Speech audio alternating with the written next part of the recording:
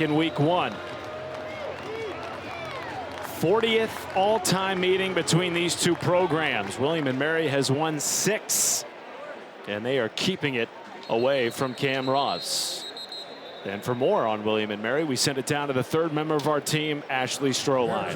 Well, William & Mary head coach Mike London is tapping into the movie Hoosiers as a reference to keep his team grounded today. Just like in the movie, how coach measured the gym to show his team that the atmosphere, the stage is just the same no matter where they are. Coach London said, my message to my team, it's 100 yards no matter what field you're playing on, including here at Scott Stadium. As players taking notice, Jalen Jones says, we want to win today to prove we're the best team in Virginia, especially for folks like Coach London, who used to be here as the head coach. Virginia's offense on the field first. It's Jamari Taylor sifting ahead for a gain of 6.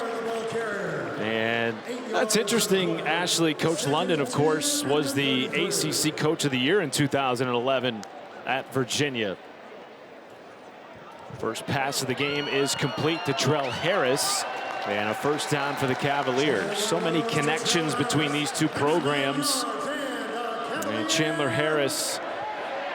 Morris has been absolutely terrific, Dustin, through the first 2 weeks of the season, despite the late interception last week against NC State. Yeah, everyone's going to point back to that late game interception against the Wolfpack, and obviously you'd love to have that throw back as the young man for the Wolfpack made a great play in the end zone, but you know, that was a game where, you know, defensively they just start.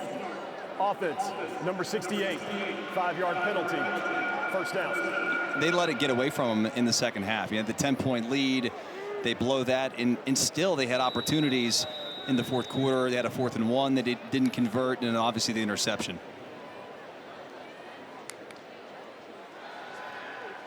After the penalty on Jack Whitmer, incomplete pass to Jamal Edrin.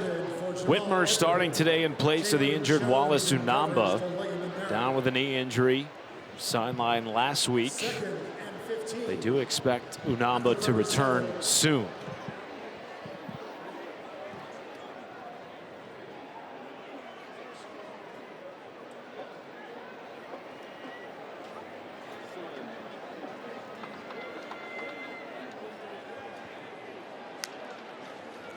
Second down.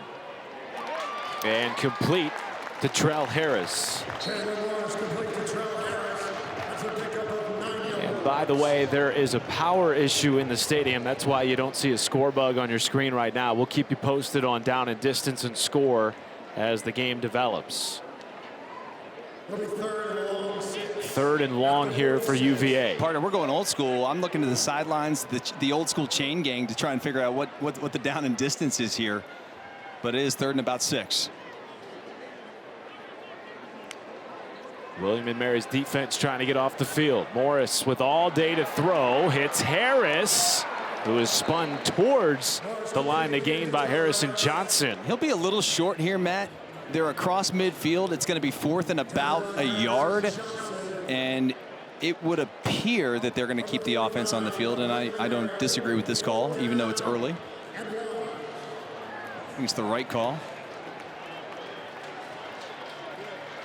Virginia with a monster win at home against Coastal Carolina in week 1. Last week on the road at NC State, falling just short in a game they felt like they had. Trying to start this game on the right foot. Play action. Morris flushed. Looking. Morris going to try to get it with his feet, and he does. Extending the drive for Virginia. Wow, this was a really nice job by William & Mary in the back end. They have it collapsed, and at the last moment, Morris says the clock goes off. He says, I got to take off and go. And then on the back end, Bryce Barnes just slips. He's trying to come up to make the stop, and Morris does just enough. Nice bat at the line of scrimmage by Luke Banbury, the Cornell transfer, who led the Ivy League last year in tackles. This is a depleted William & Mary defense, and so we expect Banbury to step up even more. 2 of their starters in the secondary out today with injury. Banbury, a preseason All-American at the FCS level.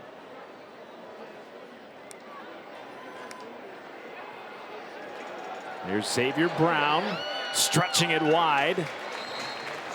And makes it third and manageable for the Cavaliers after a gain of 7. And Banbury makes another nice play here from his linebacker position. See number 4 right in the middle of your screen. Gets off a block and gets downhill, makes a stop. That's 2 back-to-back nice stops by the young man. The transfer from Cornell, she's mentioned. They have a great choir program there. I'm kidding. That's an old Office reference.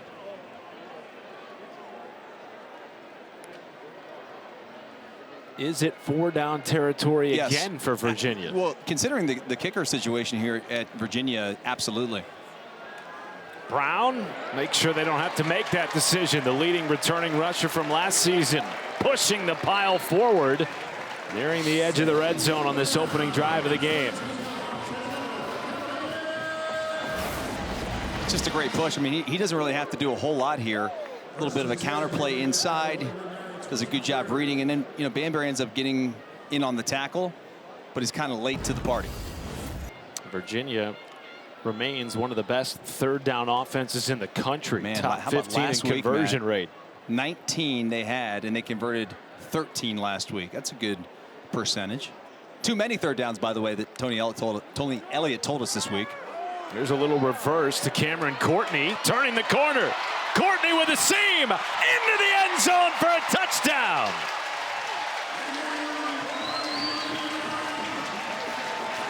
$23-yard score to open the game in Charlottesville.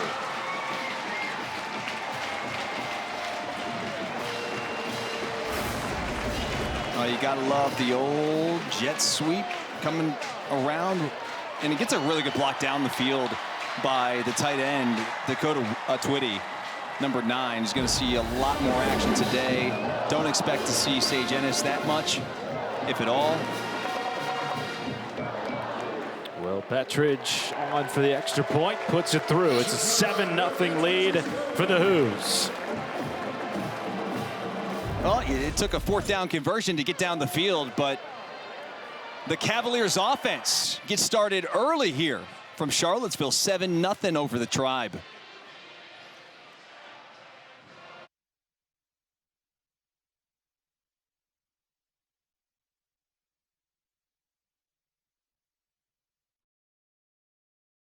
Score.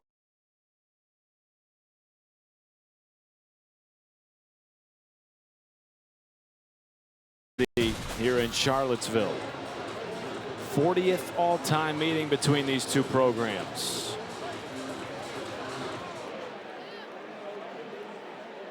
Shallow kick, returnable for William & Mary's Tariq Sims, and he is out near the 35 back in 2023 as well. Listen, this is a series where the schools are close in proximity, so it matters. There's a lot of young men playing for William & Mary that would like to maybe be playing on the other side of the football right now, and they're not. So this is a big game for William & Mary. It's a big game for Virginia because you've got to take care of business here before you get into all the rough stretch of conference play that lies ahead. You've got Stanford on deck, Florida State coming here in a couple of weeks on a Friday night. It's going to be an interesting year for the Cavaliers. I love the way that they've started the season, Matt. Obviously, you'd love to have the win last week, but I think fans should be encouraged by the way that they played, especially offensively. 2nd and 10 for the Tribe, who have begun their season 1-1 with a pair of one-score games. Starting quarterback Tyler Hughes on the run. And his pass is caught by Devin Thompson. Hughes finally QB1 to start a season. Spent the last 2 years backing up one of the most prolific passers in program history, and Darius Wilson. Feels like it's his time, and Mike London agrees. No doubt, and obviously this is a big stage for the young man to have his 4th career start. But when you talk to Coach London, I mean, they just love his steady approach. How he acts in the meeting rooms, how he studies the game, never gets too high, never gets too low. It's what you need as a quarterback in a venue like this today.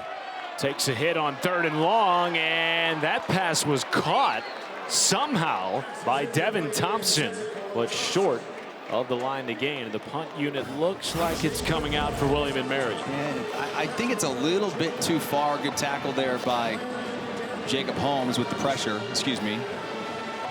If they were able to get a couple more yards, I think you'd consider it. But I think it's too early, Matt.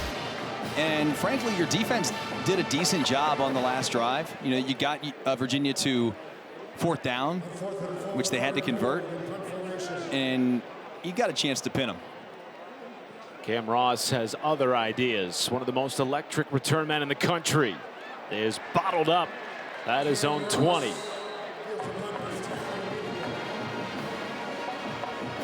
Well, our week 3, Boston College and Stanford out in Palo Alto at 10:30 Eastern. Of course, Carolina hoping to continue the momentum after falling flat-footed in their opener against TCU. Boy, that is a storyline that many around the country will be following all year. Chandler Morris complete to Trell Harris, picking up right where they left off on that opening drive. And there's a little confusion there to start that play in the secondary for William & Mary. Remember, they're going to be without one of their top corners today, Latrell Smith leaks. So Ethan Yip, 14, is going to step into that role. Here's a carry to Jamari Taylor. The North Carolina Central transfer moves the chains. And as a reminder, we are without the clock at the moment due to a power situation in the stadium. We'll continue to try and get that for you on the scoreboard. Currently just a shade under 8 minutes to play in the first quarter. Morris, beautiful throw on the run, hits the Purdue transfer Jamal Edrin. And this is the exact type of start offensively, Dustin, that we expected from the Cavs. No, it's been balanced, it's been efficient, and they can run some tempo like they're doing right now at times, and certainly can be effective. Morris on the play action hits Edrin again, and boy, they've got some weapons on the outside. Something that is a little bit different for this staff than what they've had in previous years. Oh my goodness, there's a wealth of riches here, you know, on the outside with their skill players, especially offensively. All these transfers have come in, and then some of the younger players are really stepping up. Morris, 2 shoulder fakes, was looking for Edrin for a 3rd time, and incomplete. And Morris a little bit hobbly. Well, Matt, remember, he did get a little bit nicked up against Coastal Carolina in week 1. Ended up not missing any time against NC State.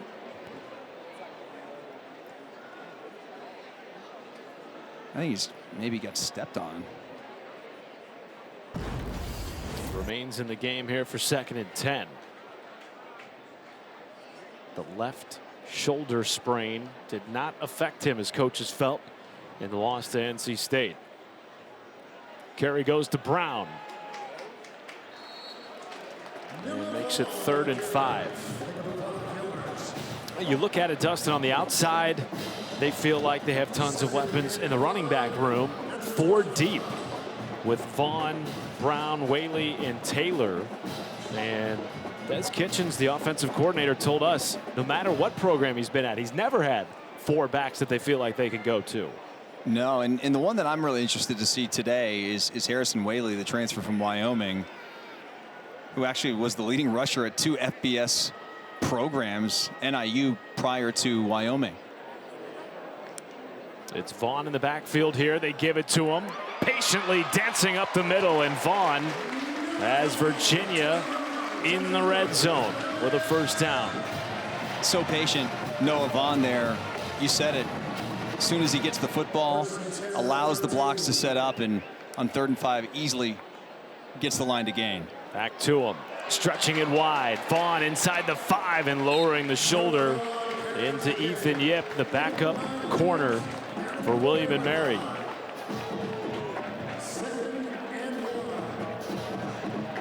Second down and 1. A couple ticks under 6 minutes to go in the first quarter. Vaughn powering ahead and has a 1st down with goal to go. Well, Jordan McDonald, number 12 for William & Mary, had Vaughn in the backfield, just couldn't get his foot in the ground, kind of slips a little bit, misses the tackle. Vaughn's like, all right, you're gonna get me out of here? Well, we got 3 other guys to rotate in. Now, Jamari Taylor comes back into the game, one of 2 FBS players with at least 5 rushing touchdowns. I think Vaughn wants to stay in there and try to get the tutty. I played running back in high school. I used to hate when they took me out of the game around the goal line. Understandable. Yeah. Especially when you do a pretty solid job getting your team in position to be there. Interesting Gotta formation put the ego here. aside, Matt.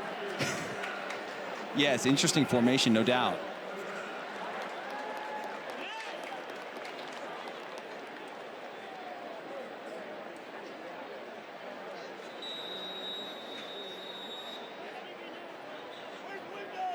Chandler's having a hard time hearing the communication from the sidelines. You wonder if they're having some issues with the helmets as well. Look at that formation. Direct snap to Taylor, and he lunges in for his 6th touchdown of the season.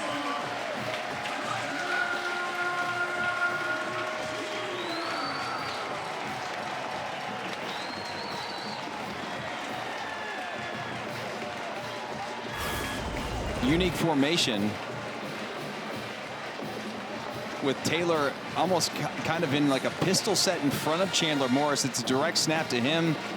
You got a lot of eyes there on William and Mary, looking at a bunch of different dudes in the backfield. Some misdirection, and it was really an easy walk-in touchdown for Jamari Taylor. As you mentioned, Matt, we're in week 3 of the season, and Jamari Taylor now has 6 touchdowns on the year, one of the leaders in the entire country. It's all Cavaliers early from at Scott Stadium. Also a symbol of honoring the lives of those 3 terrific young men whose lives ended too early a few years ago. Just an awful, tragic situation that happened in 2022, Matt. And you know, I love that Tony Elliott's keeping their memory alive. You know, and obviously there's a lot of players on this current roster that were not here then, and so sort of educate them on the situation, and you carry on their legacy. And see all the white shirts today honoring the young men that passed way too soon.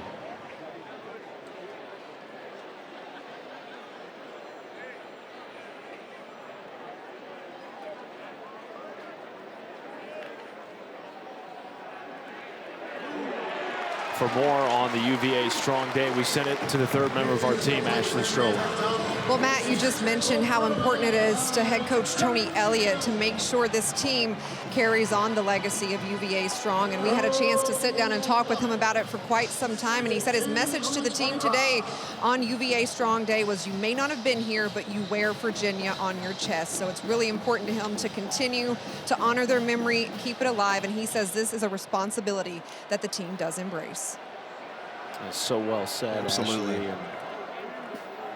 Tony Elliott told us this week, maybe more than in any week, Dustin and Ashley, he put the onus on the players, the senior leaders who were here back in 2022, to lead this team and make sure everyone knows how important this game is. Oh, there's no question. And that's a sign of culture. It's a sign of great leadership from any program. And you know, we had the chance yesterday afternoon to walk through their newly renovated facility and see the tribute to those young men. And it's so sad, but also special to keep their memory alive, and important to keep their memory alive. Another 3 and out for the UVA defense. Kazim Moore with the quarterback pressure, and the punt unit returns to the field for William and Mary.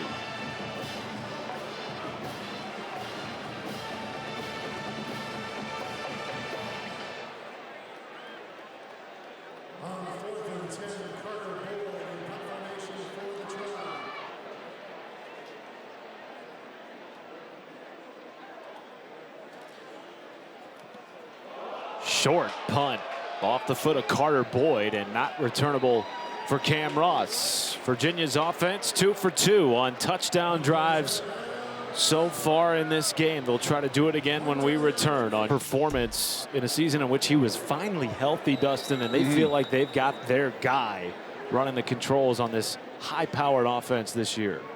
It's so nice to see the young man be so resilient and really come up with a great year last year that allowed him to have this opportunity again to play at a P4 school. You know, interestingly enough, I was calling the TCU Colorado game back in 2022, the opener, and he was the starter. He gets injured in that game. Max Duggan comes in. We all know the rest is history. TCU goes on to play for the national championship. They lose to Michigan, and he just ends up kind of moving on, obviously, for obvious reasons, and ends up here now at Virginia. And the offense thus far this season has looked drastically different than the last couple of years. Jamari Taylor on the carry makes it 3rd and short. Chandler Morris joked. He said, I don't think the way that today's transfer portal happens is sustainable long term, but it's worked out for me. Well, he found a home here at Virginia for his final season of college football, and he believes he's a guy that can play at the next level. I think it would have to be extremely difficult, Matt, to go to multiple different programs, right, and play the quarterback position because it requires so much leadership. It's a nice stop there by the Tribe. Well, their leader staying on the field here for 4th down. Your thoughts? Well, they're in plus territory. William & Mary has not really been able to do anything offensively, and you've already converted once on 4th down. We know that they were 13 for 19 on 3rd downs last week. I think when it gets to the time where it's these vital downs, Tony Elliott has tons of confidence in this offense.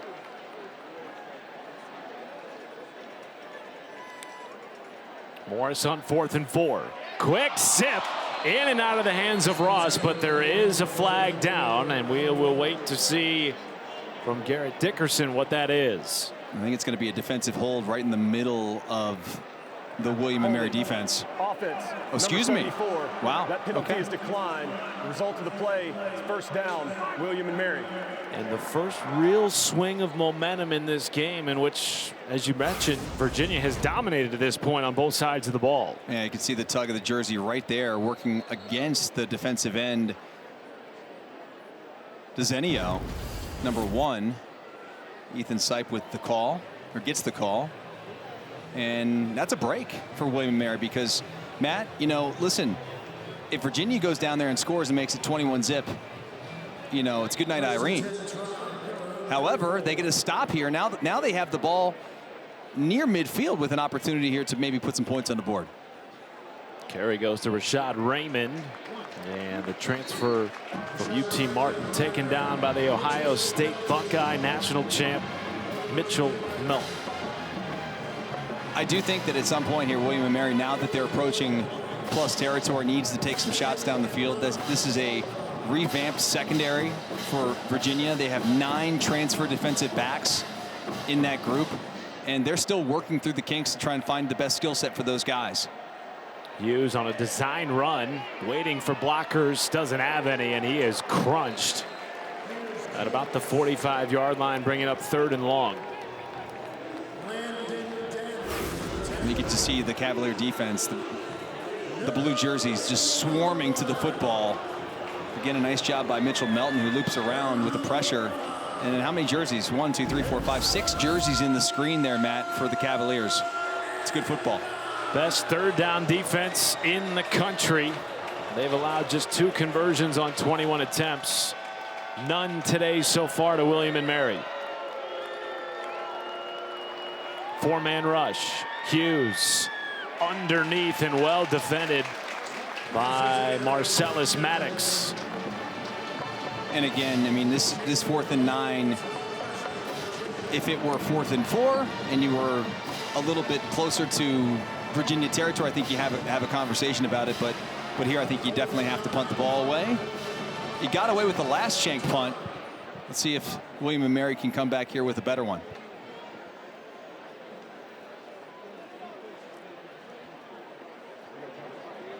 Ross waves for the fair catch. That is zone 21. Well, next week, the ACC Huddle crew will be back in Miami, and they will get you ready for week 4 with a 2-hour pregame show. They'll have game previews along with expert analysis, featured stories, all right here on the ACC Network and the new ESPN app. That is certainly a big showdown in the state of Florida. But first, Miami's got another in-state showdown today. Dustin Fox against a surging USF Bulls team. Alex Golish and the USF Bulls have got off to a red-hot start, trying to make some noise for the College Football Playoff Committee. First carry of the game to Harrison Waylee. And the Wyoming transfer meets Luke Banbury. Guess who? This guy's made every tackle, Matt. I'm dead serious. I mean, he's in on every stop so far through this first quarter. This young man is very impressive. Third in the FCS right now in tackles. He's averaging 15 per game. Now, he may be on pace for about 25 today.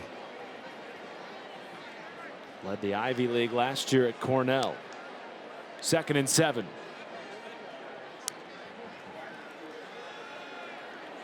Back to Waylee and cuts it upfield for a first down. And add another tackle for Banbury. Chunk plays though for this UVA offense. Well, that's sort of the problem though. I mean, it's a good thing you got a linebacker making the tackles. The problem is he's having to make every tackle. There's no stops near the line of scrimmage. There's a flip on the end around back to Courtney. Scored on one of those at the beginning of the quarter. And that may take us. Thank you. Thank you, Coach. Thank you, Ashley. 2nd and 8 as we start the second quarter. And the carry goes to Xavier Brown. And another nice pickup for a Virginia team, Dustin, that ran the ball for 118 yards in the first quarter. Yeah, it's pretty darn good for this Virginia offense. And, you know, Matt, the goal for them every game is to run for over 200 yards. Well on their way thus far in the early portion of this game. 3rd and 3 here coming up. Probably going to give the ball back to Brown. There he is. And he has enough for a first down.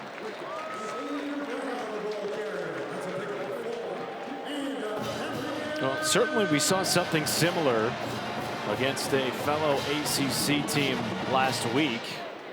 Had 514 total yards of offense against NC State. And if it weren't for that pick late, driving in the red zone with a minute to go, they might have won that game and be undefeated coming into week 3. Morris over the middle has his man Dakota Twitty for a first down. And he's tackled inside the 25. Yeah, you can see how big Dakota Twitty is at that 6'5", 245 frame. And he's matched up with the corner on the outside. He does a really nice job. That was Jalen Jones in coverage. Morris hits another man for a gain of 20 plus. It's Kameron Courtney and goal to go again for the Hoos. And this is where they go the tempo. You know, Matt, when they get a big play, they get right to the line of scrimmage and try to go as fast as possible. Caught the defense off guard. Brown takes advantage. Plunging for the 3rd score of the game for Virginia.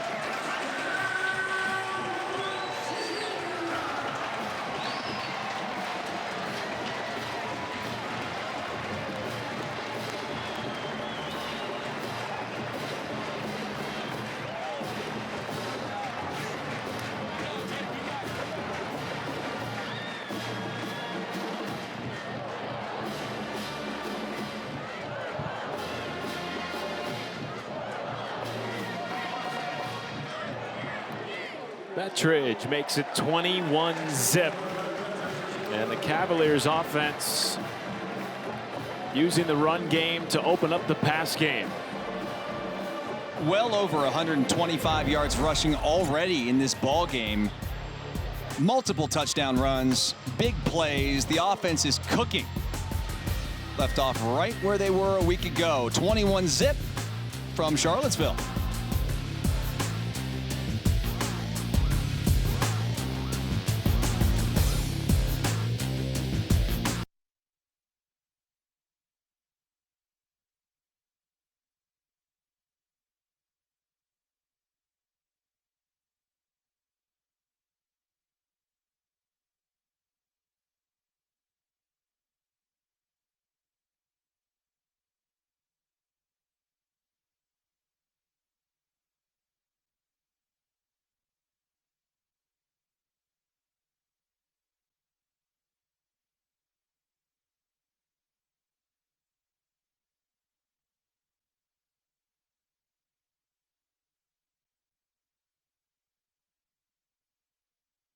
Far, and As we take a look at Is It In You, brought to you by Gatorade. Dustin Fox, it has been all in the running game today for the Hoos. It certainly is for the Hoos. This offense has been dynamic on the ground, and they've done it in a variety of ways. They've got the football in the hands of a wide receiver right there. That's Kameron Courtney for a touchdown on an end around. They come back.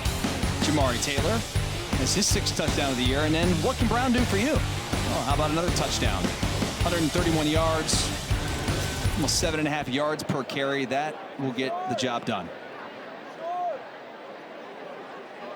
William & Mary's offense is yet to really get anything going. Hughes takes a shot as a wide open man. Going to the end zone, it's Thompson in a foot race. And William & Mary are on the board in the second quarter. 79 yards. Hughes with the dime to Thompson. Well, Matt, I said this on their last drive. At some point, you have to test the secondary of Virginia. It's hard to tell exactly what coverage they were running. It looked like cover 2, and there was maybe some miscommunication, a bust in the back end there as Thompson's running over late. Goodness, you don't know how a receiver can get that wide open down the field. Thompson just does a great job. And you can see the corner there just kind of bailing out. That's Platt. And then over top, Christian Charles chasing down Thompson from behind. You mentioned 9 transfers in the defensive backfield. Those are 2 of them. Maybe some miscommunication on what coverage they were really in there. Yeah, it looked like Donovan Platt, the corner, bailed to a cloud look, which would be a cover 2, because he kind of settles in that zone in the flat. But then you expect to have over-the-top help. So not trying to blame somebody, an individual, without knowing exactly what the coverage was, but you said it, Matt. All those transfers, 9 transfers in the secondary alone. Prior to that 79-yard touchdown, William & Mary had 8 positive yards in the game. Could this be a spark for the FCS program down the road here in the Commonwealth? Cam Ross will get a chance to return this. Back-to-back ACC Specialist of the Week, cutting it back, looking for room. Ross is finally tripped up in front of his own 30-yard line. And you go back to the touchdown and you say, well, where's Thompson? Thompson's going to be top of your screen, and you essentially have your corner, your Platt's going to be playing like a cover 2, and you expect to have over top help here from your safety, of course, number 4, Christian Charles. And you run the tape, and you just got a little bit late, eyes in the backfield, and you can see Christian Charles just late getting off the hash, and that leads to a pretty explosive play there for the Tribe. Ensuing drive for Virginia. Morris on the run as John Rogers, who is getting more snaps today in place of Sage Ennis, not injured, just being held out for precautionary reasons after he went to the medical tent last week against NC State.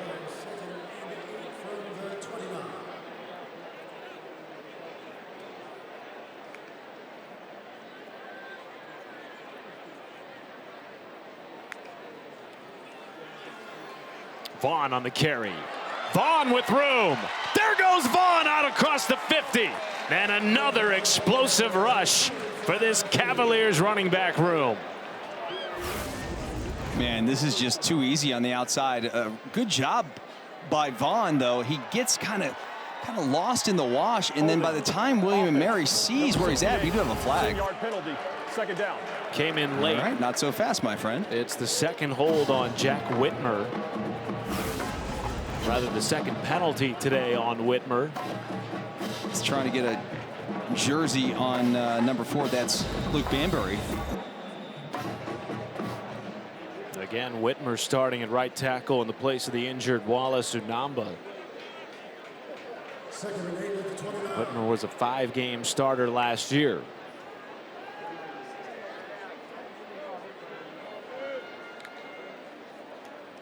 They go right back to Vaughn on that left side, and this gain a little bit less, but out near the sticks. And another 3rd and short for the Cavs offense. Yeah, but it's not really a problem, Matt, when you consider you're running the football at about 7 yards per carry. You know, 3rd and 2, you're saying, okay, I don't care what running back's in the game. In this case, it's going to be Noah Vaughn. You just hand the ball off, and you're going to pick up 5, 6, 7 yards.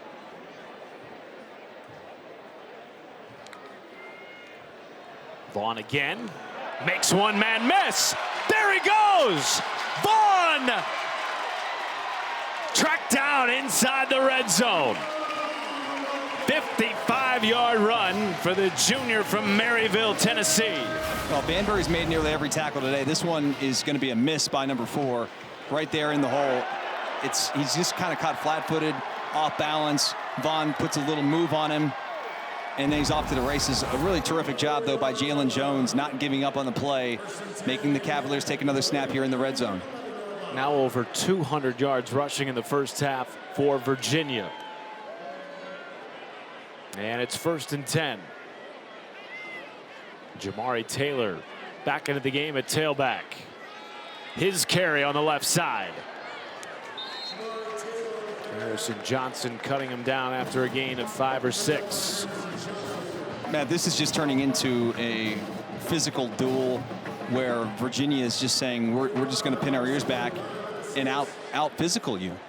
And that's what they've done. They're not even asking Chandler Morris to do much in terms of the passing game.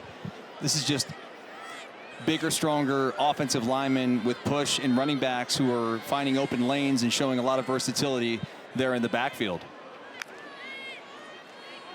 Vaughn cutting it left, tackled short of the goal line near the sticks by Jaden Boring, the 3rd leading tackler on this team, and Vaughn is down after the play.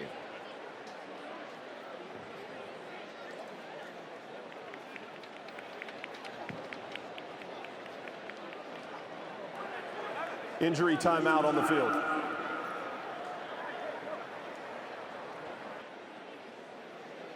Monster first half already for Vaughn, over 100 yards on the ground for the junior.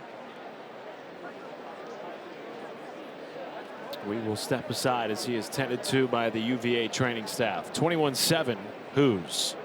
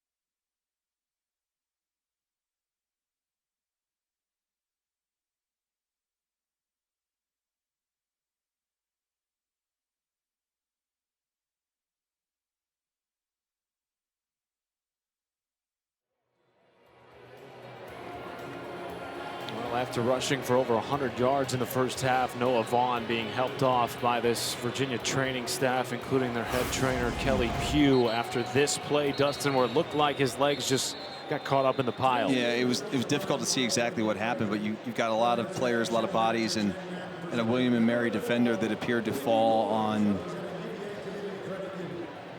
the leg of Vaughn right there. And of course, you want to take all the precautions you can, and we'll get you an update as soon as possible.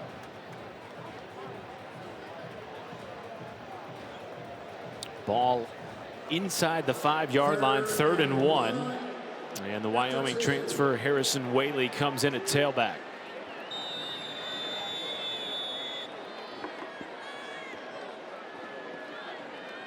And now Waylee shifting in the backfield with Morris. It goes right to Waylee. He will take it in for his 2nd touchdown in a Cavalier uniform.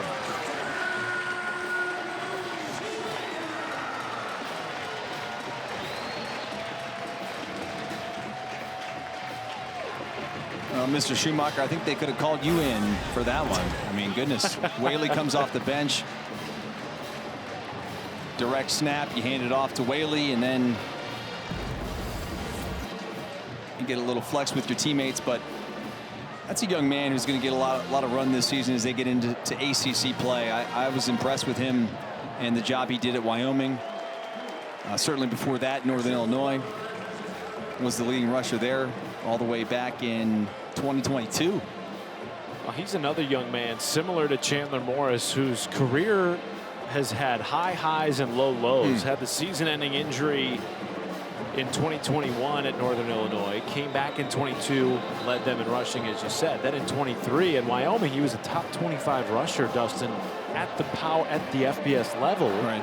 Comes back in 2024 as a season-ending knee injury, and now in his final season of eligibility, healthy and bolstering this deep Virginia running back room. 3 different backs have scored touchdowns already in the first half. Matt, during his time with Northern Illinois there in DeKalb, he ran for nearly 2,000 yards. I mean, it's a kid who's certainly got a lot of experience in that backfield. We know how it goes. I mean, you just saw one of their top backs go down. We don't know how long he's going to be out for, if it's going to be just today or he comes back or he's out for the year. You never know. It's a position that certainly it's a physical job, right? And to have multiple weapons back there is certainly going to help once you get into conference play.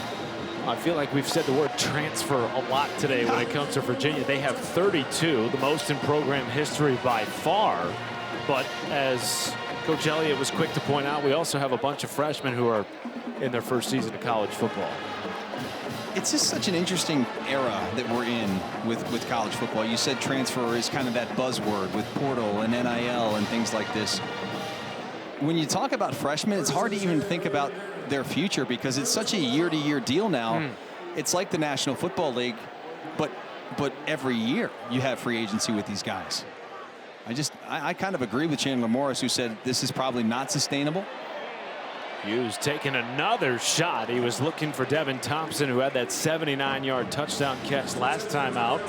Emmanuel Carnley in coverage. Well, I like that William & Mary goes right back to it to test the secondary of Virginia. They had a bit of a bust on the last possession that led to a long touchdown reception right there by Thompson, and they come right back to him again. This time the ball just overthrown just a little bit.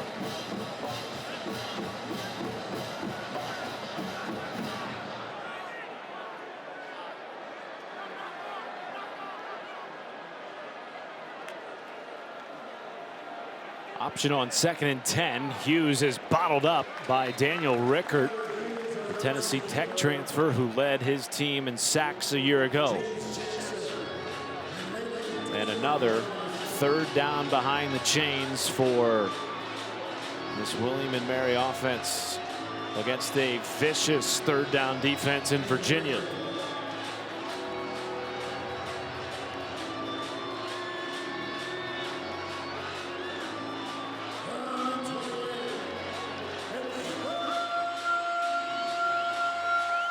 It's hard to say what do you dial up here on 3rd and 7 if you're William & Mary. You almost have to just you throw it down the field and hope one of your guys makes a play. Hughes under pressure, escapes, now using his legs. And Hughes gets close to the marker. Do you think about it here, Dustin? You do. I think you have to go for this one. You've really shown an inability to stop Virginia's offense. And you have to give your defense a break here, Matt. Your defense has been on the field the entire day. We just put up the stats, all the 3 and outs, I mean, they're only even their touchdown drive was 1 play. Yeah. That doesn't give your defense a lot of rest. 4th and 1 for Mike London's team. A must-have situation for William and Mary. It goes to the ground, and it is stopped by the Cavaliers defense.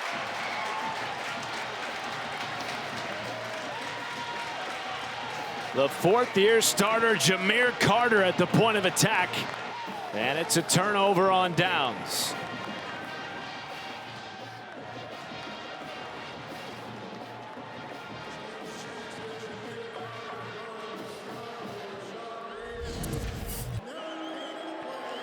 It's just a tough job here for William & Mary. I mean, the call is designed to go up the middle, and that is the teeth of the Virginia defensive line.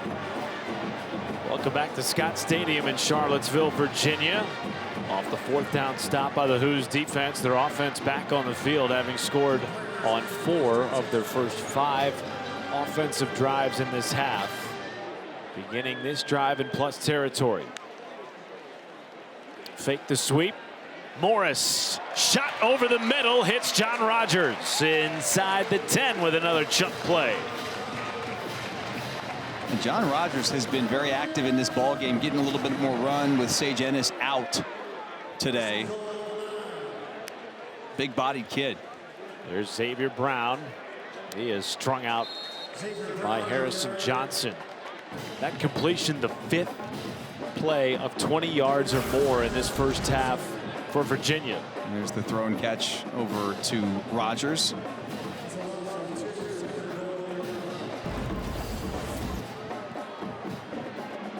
Their offense has been perfect in goal-to-goal situations this year. They've scored on all 7 of those opportunities now in the middle of week 3. 2nd and goal. Morris, end zone, and there was some contact there for Cam Ross. No flags in the end zone. Yeah, I think it was Ratliff there who was in the mix, number 8. There was a little bit of contact. I think he had a little jersey as he's coming across the formation. 6 Ross right there. Yeah, a big-time tug right there. And I'm surprised there's not a call, and that's coming from a former defensive back. I'll tell you one thing, they're calling that on Fox all day. Most penalized DB in Ohio State history. I have to be. Hey, at least you got a national championship ring to go along with all those flags. Thanks, partner. You got it. 3rd and goal. Morris wide open to Brown, and he trips up in front of the goal line. Surely Virginia will keep the offense on the field here. Ethan Yip, 14, slips. And that's why he's so wide open in the flat. And then, of course, he hits a little bit of a turf monster.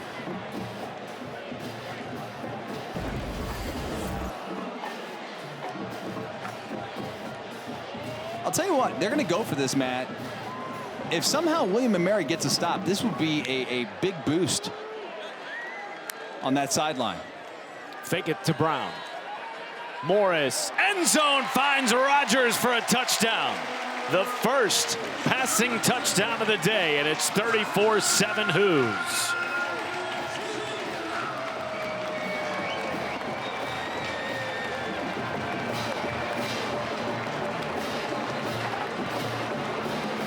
William & Mary ends up running man coverage down here. It's a tight area inside the 5-yard line. And Virginia just runs crossers from both sides. And Chandler Morris has all day to throw. Great protection up front. He's just trying to wait until somebody comes open. And it was Rogers out the gate on the backside. First career touchdown for John Rogers. Rogers is going to come all the way across. kind of released. Excuse me, he released late from his side, but you had a crosser coming behind, and that's how he ends up so open. A little bit of confusion there in the back end. Weapons in the backfield, the weapons at wide receiver, and of course Chandler Morris. All the games he's played at this level, Dustin, they just have a different edge to them this year. And for more on John Rodgers and his first career touchdown, Ashley. Today, think about all the 6- and 7-year guys on this roster. 19, which leads all of Division I football. Devin Thompson on the reception. Second and short upcoming for William and Mary.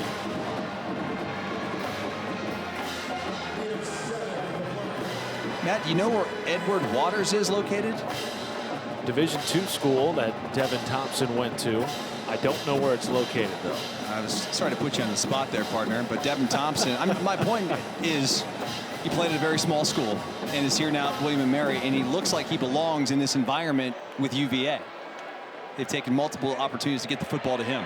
Hughes looked his way first and then is stripped by Rickard, and he takes it to the house. Touchdown, UVA.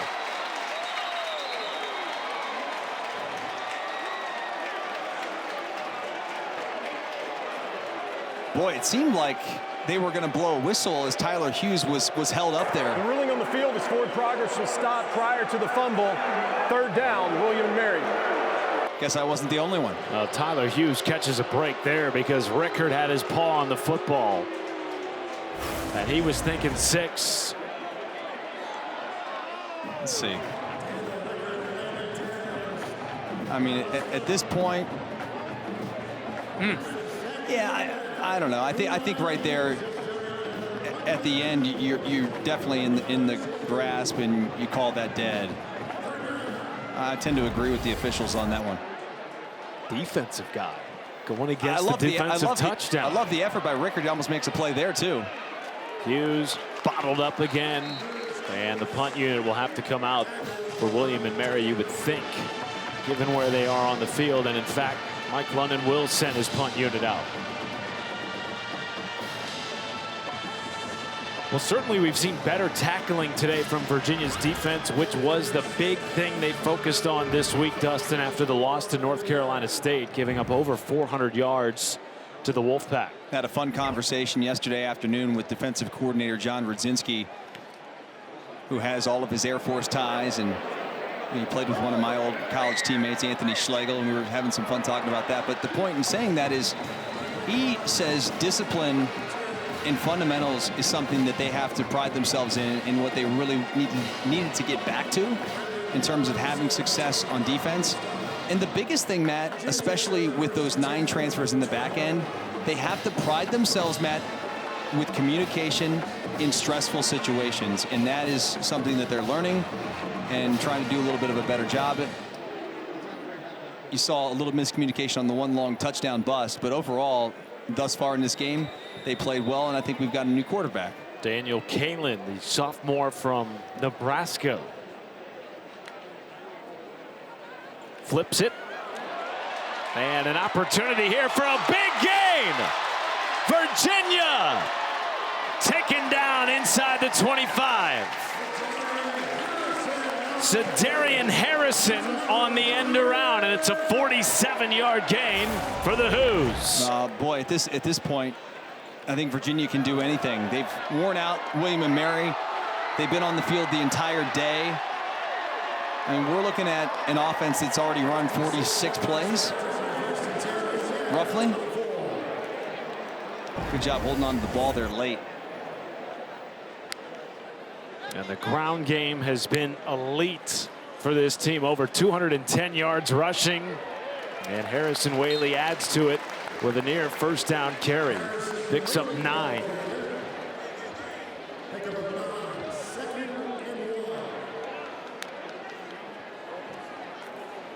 Back to Waylee. First down carry.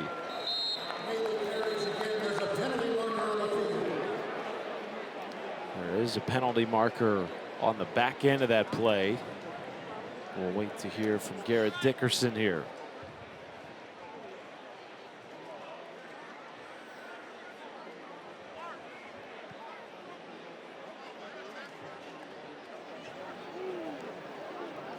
Illegal substitution. Defense. More than 11 players on the field at the snap. That penalty is declined. First down. First and goal, Virginia. At the 9-yard line. Daniel Kaelin figures to be the future at quarterback here at Virginia. Still with 3 years of eligibility and getting some quality experience at the end of this first half rather. Back to Waylee. He's getting a little bit of run here in the second quarter. I'll be curious to see how much they allowed Daniel Kaelin to throw the football here, especially in the second half, assuming that they're going to go back with him. This guy, former top 30 quarterback coming out of high school. Pretty highly touted kid out of Nebraska.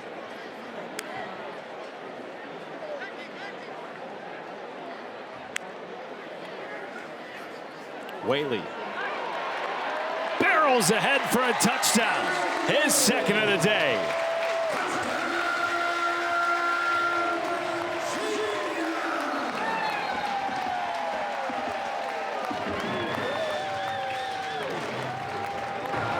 Injury timeout on the field.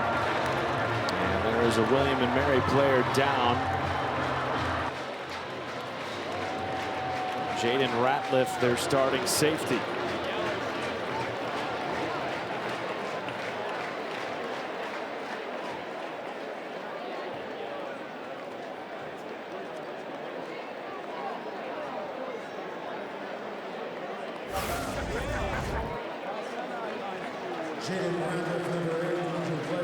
Zone blocking, I mean, not much resistance there.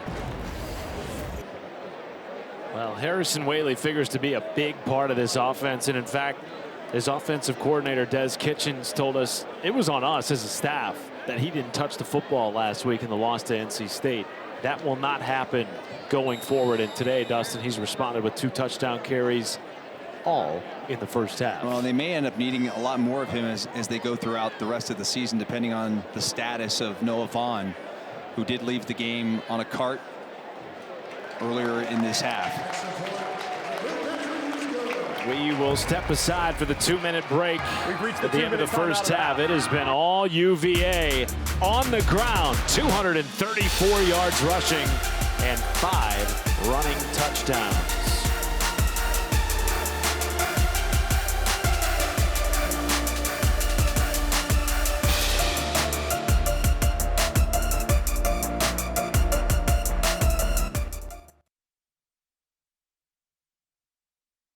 Getting involved in the action, including this student who just caught a pass from the jug machine at midfield. Was it a pass or was it a punt? Punt. Okay. Or a high arc. You got to be accurate, dude. I want to know what the young man was awarded for that. Well, accuracy has not been an issue for this Virginia offense today, which has been nearly unstoppable. They've scored on all but 1 drive so far in the first half, and they are kicking off again. That was a professional transition, Matt. With a 42-7 lead, partner. We talked a lot in the open about all their stars and weapons off $1,000 in his pocket. Straight cash, homie. Noah Brannick, now the new quarterback for William and Mary. What do you think's tougher, catching the punt from the jugs machine or kicking the field goal on game day? Got to be the game day field goal. 100%. That field is so narrow, you're cramped and maybe a little bit claustrophobic. Just from a pressure standpoint. Well, plus you're on national TV. That's what I'm saying. Yeah. Yeah. Noah Brannick, by the way, has not thrown a pass in his collegiate career to this point. The sophomore from Forest Hill, Maryland. Back up to Tyler Hughes. Will we see him put one in the air here at the end of the first half?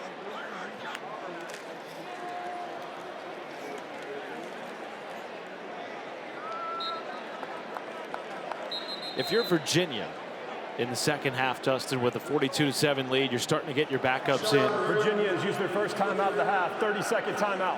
What specific goals are you looking to accomplish, knowing that the game is likely in hand here?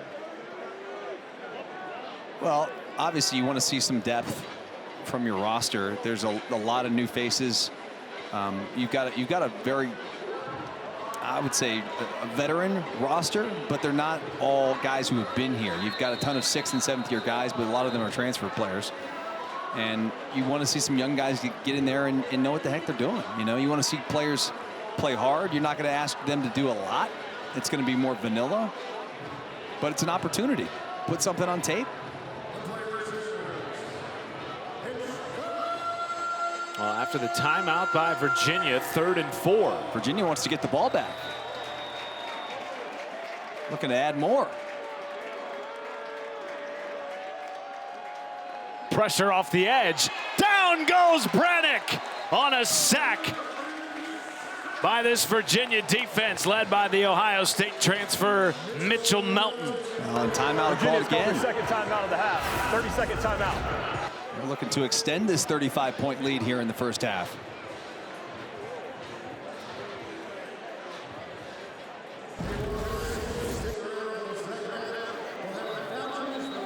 So we'll bring on the punt unit.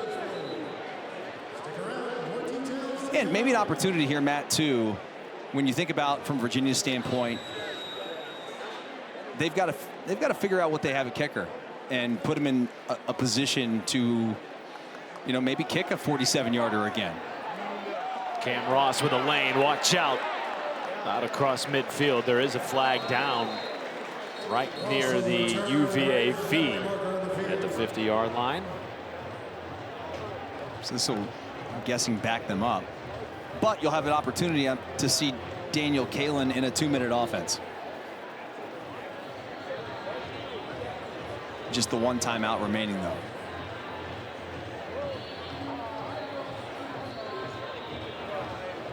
Holding. Receiving team, number 33, 10-yard penalty. First down. So the goal here for UVA on this drive with the one timeout, they know they can run tempo, but you're going to see tempo with the backup quarterback and trying to get themselves really inside that 35-yard line of William and Mary and have a chance to bring out your kicker, Bettridge.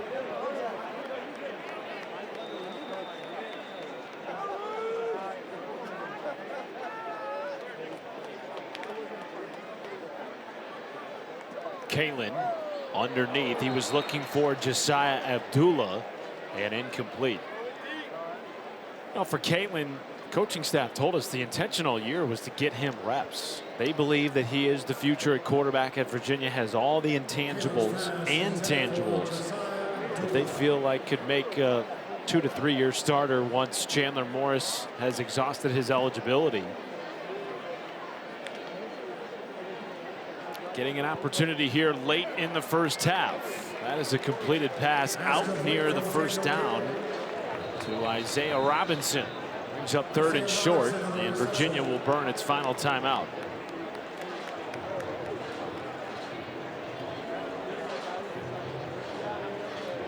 Well, tonight, after our 10:30 Eastern Pacific game between Boston College and Stanford, the ACC Huddle final score will wrap up the whole day. Highlights, analysis, interviews with players and coaches, and they'll have you covered right here on the ACC Network and the all-new ESPN app.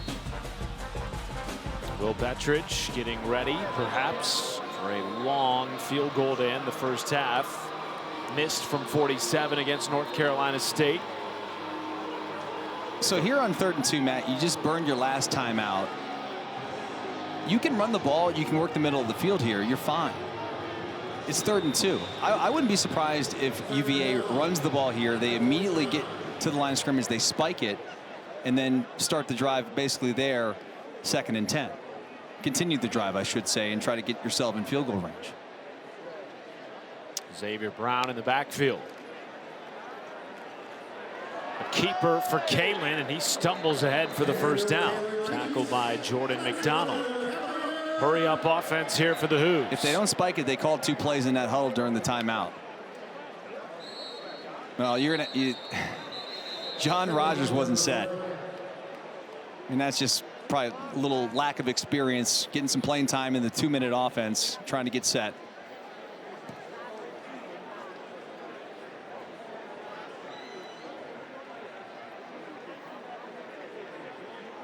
Be a runoff here too, I believe, Matt.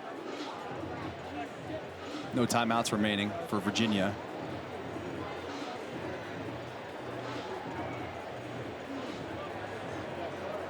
Officiating crew getting together on this. You mentioned that Rogers was not quite set when the ball was snapped to Kalen, already with his first career touchdown today. False start. Offense. All 11 players weren't set at the snap. This foul includes a 10-second subtraction. After a reset to 34 seconds, the 10-second subtraction will be 24 seconds, and the clock will start on the ready for play signal.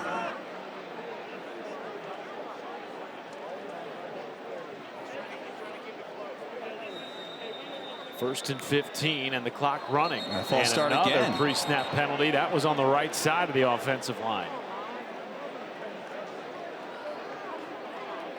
Now, you're seeing exactly why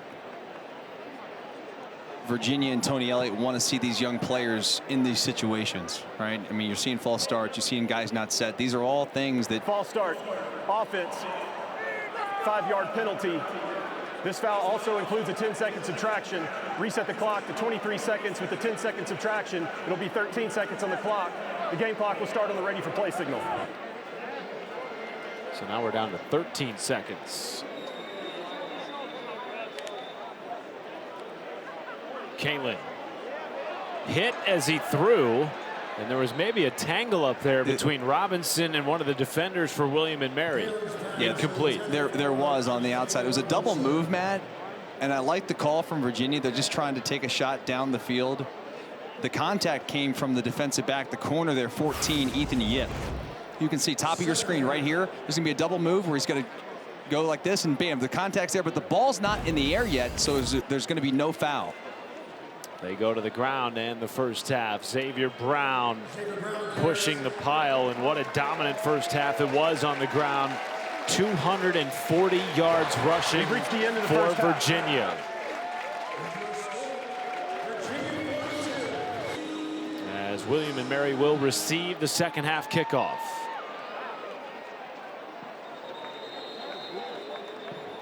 Well, a big day on the ACC network continues. Proximity sort of rivalry, I guess you could say, to some degree, because those games have been tight, especially over the last several years. Well, we saw backup quarterbacks enter the game at the end of the first half for both teams, and it will be the backup for William and Mary, Noah Brannick, starting the second half. He will keep on the option. And is hit out of bounds after a gain of 4. There was a big time hit here on the sideline right as Brannick's going out of bounds, kind of gets wrapped up, taken to the ground. Montino Williams. Yeah, the freshman getting a little action here today. His second tackle of the year. Brannick with a long completion, second longest of the day. It goes to the track star Armon Wright, who broke the freshman triple jump record last year at William and Mary, going 50 feet 6 1/4 inches. That's out there. He had a wind-aided one that was even further and was top 15 in the East region. Did you ever triple jump in high school or college, Matt? Absolutely not. I thought that looks like I could break my leg if I tried that. A skip, hop, and a jump? Really athletic event. It wasn't a sanctioned event for us in the state of Ohio. I was a long jumper, but I did triple jump at one event and one invitational. Won it. Of course you did. Steady. Very steady. That's what they said. Well, he was also a long jumper last year and was 4th at the CAA Outdoor Championships. Got a mark on that? I believe it was 24 feet and change. That's excellent. Further than my furthest jump. 2nd and 8. Goes underneath to Isaiah Lamont, and he has a first down and more. Breaking tackles inside the 40, and a gain of 19 for the former VMI star. Now, Lamont looked like a running back there after he caught the football. It took multiple Cavalier defenders to get him on the ground, bouncing off of him.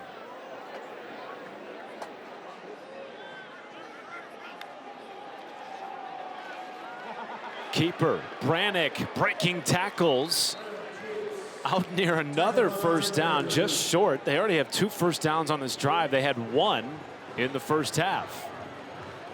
Kind of looks like a completely different offense to this point.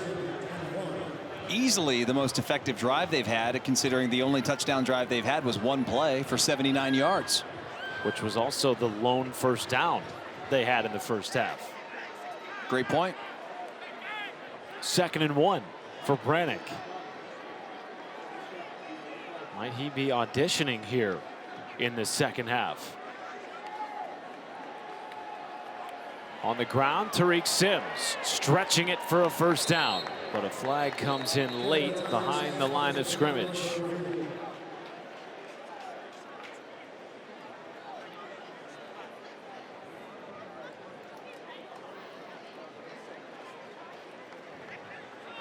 Holding, offense, number 66, 10-yard penalty, 2nd down.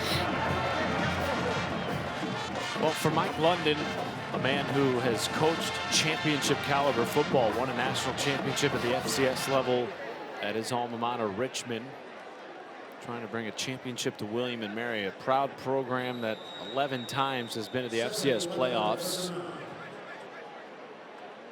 What do you think's going through his mind here in the second half, Dustin? Like, what's he trying to accomplish here given the score? Well, they've got a tough schedule ahead as well, as they have Charleston Southern on deck. As that one's going to go incomplete, out of bounds. But Matt, they're trying to just get through this game healthy at this point. It's a 42-7 ball game. You've already got your backup quarterback in the game. You know UVA's got their backup quarterback in the game. You're not really brother-in-law in it in terms of like trying to just get through the rest of the game, because you are working on things. However, talking about a team at the FCS level, they don't have the depth that UVA has. Right. And so they can't afford to have injuries along the way, because their conference schedule is a challenging one, as it will be their last year in the CAA. And they'd like to go out on top and certainly like to make a run for the playoffs there at the FCS level. 3rd and 11. Brannick takes a shot, has a wide open Lamond. Touchdown is dropped in the end zone. In and out of his fingertips on a dime by Brannick. Boy, that hit him in a bad spot, huh? Right in the breadbasket. Beautiful throw. You know, sometimes the easiest ones are the hardest ones. I've been there before. On the defensive side, a couple times I've dropped interceptions that were right through my hands. Wow, what a pretty ball by Noah Brannick. Carter Boyd punts this away, and it will be down inside the 5. Jeez, that's a tough pill to swallow if you're a fan of the tribe. So Mike London's defense, which spent a lot of time on the field in the first half, will come out with an opportunity, though. Offense pinned back inside its own 5. Gotta say, partner, that was a tremendous transition by you, because it was a touchdown call that you just didn't flinch when he dropped it.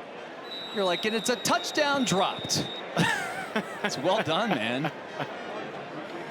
I feel for the young man. Yeah, because I do Isaiah too. Vaughn is one of their stars. Absolutely.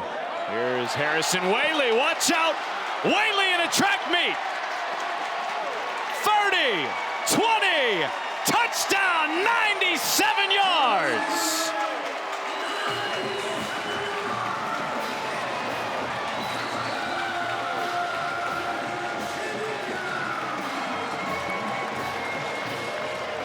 A hat trick for Harrison Waylee.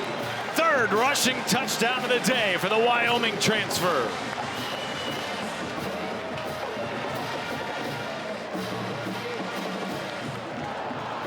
Boy, is that the quickest 14-point swing you've ever seen? Yes. Should be William and Mary kicking off 14 or 42-14, and now it's going to be 49-7 here after this PAT pending. Boy, Harrison Waylee. You said it, partner. The hat trick. Sudden change. That's a school record. 97-yard touchdown run for Harrison Waylee. 49-7. Cavaliers.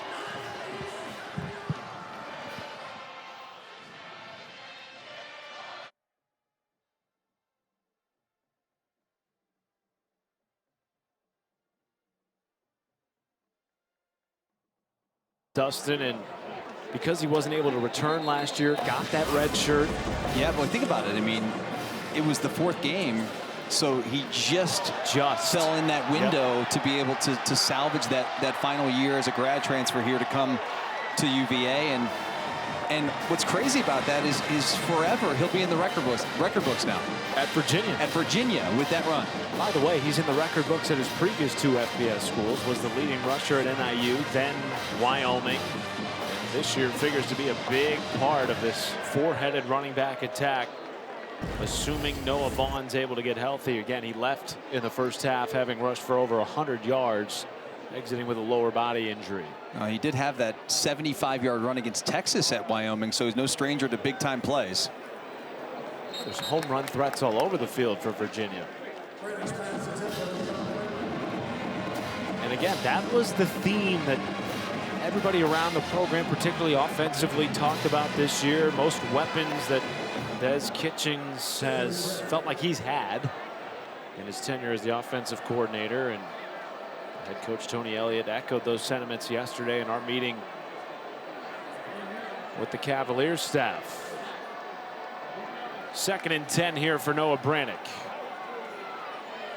Carry goes to Rashad Raymond. And makes it 3rd and manageable.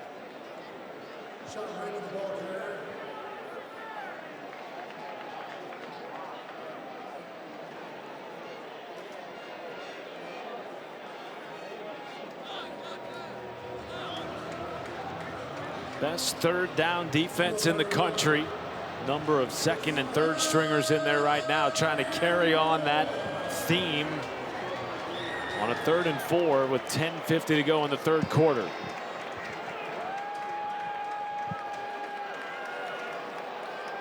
Dumped underneath to Raymond, and he will be stopped short. Anthony Britton was in there with the tackle and brings up 4th and 3, and the punt unit will come out for William and Mary. Virginia has made a stop on 29 of 31 opponent 3rd down attempts. Doesn't get much better than that. It does not. This has been the perfect script to a victory for Virginia. Obviously, they're playing a level of competition that's below where they're at, but certainly better than the alternative. Well, looking ahead, a couple of blue bloods in the women's soccer ranks. Top 20 showdown between Florida State and North Carolina in Chapel Hill, Wednesday, 7 p.m. Eastern, right here on the ACC Network.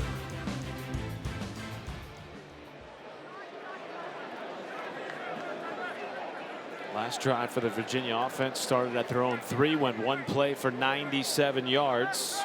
It's Daniel Kalen running the controls, the sophomore from Nebraska. On the boot, delivers a strike in and out of the hands of his intended wide receiver, Hayden Rollison.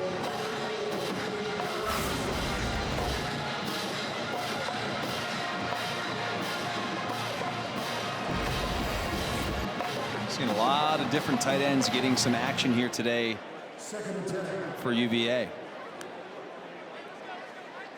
Davis Lane Jr. now into the backfield for UVA.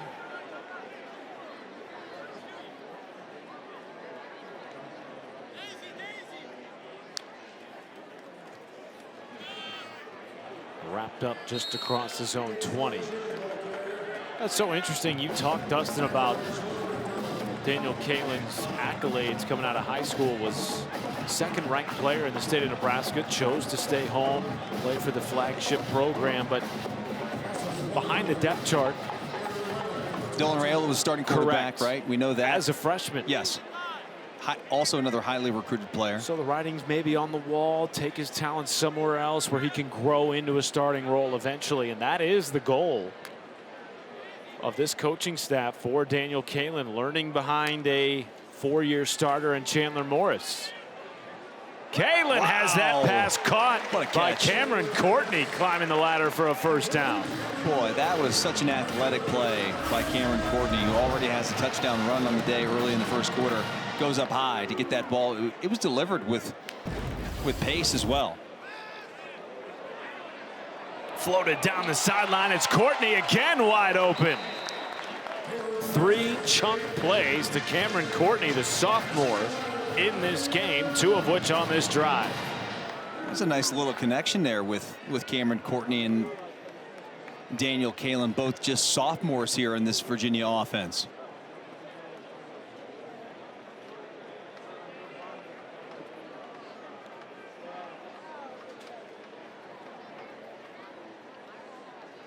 Kameron Courtney, nearly 100 all-purpose yards in this game. Kaelin, another deep shot, has it caught inside the 15 by Tylyric Coleman.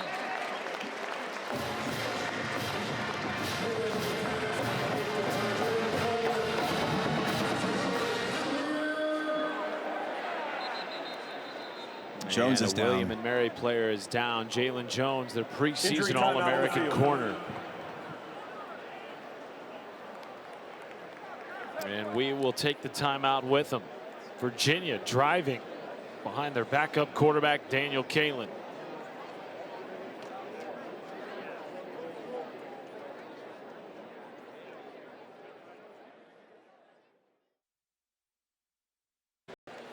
First down and 10 for the Virginia Cavaliers, driving behind their backup quarterback, Daniel Kaelin. Looking end zone. And lots of contact there, no flags, and it brings up second down. Ethan Yip had a nice coverage there to bat that ball away at the last moment. Thin margin of error there, working the back of the sideline in the corner of the end zone. That was a well-thrown football.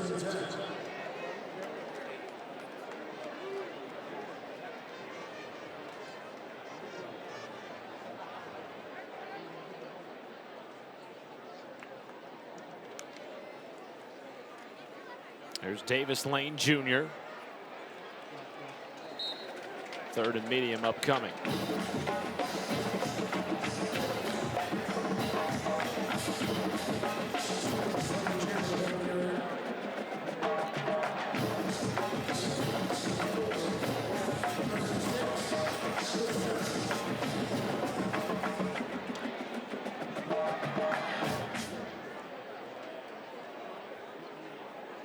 See if Davis Lane Jr. maybe gets a little taste of the end zone down here.